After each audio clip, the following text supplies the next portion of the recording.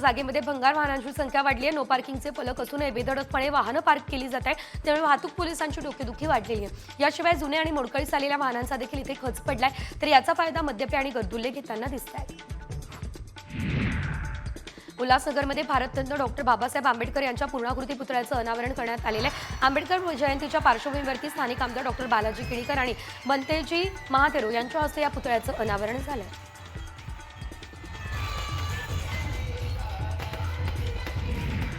बदलापूरकरांचा सकाळचा प्रवास आता गारेगार होणार आहे, कारण 16 एप्रिलपासून सकाळी 10:42 ची लोकल एसी लोकल होणार आहे। एसी लोकलला वाढता प्रतिसाद पाहता हा निर्णय घेण्यात आला आहे। मात्र अल्प उत्पन्न असणाऱ्या प्रवाशांनी या ट्रेनला विरोध केला आहे।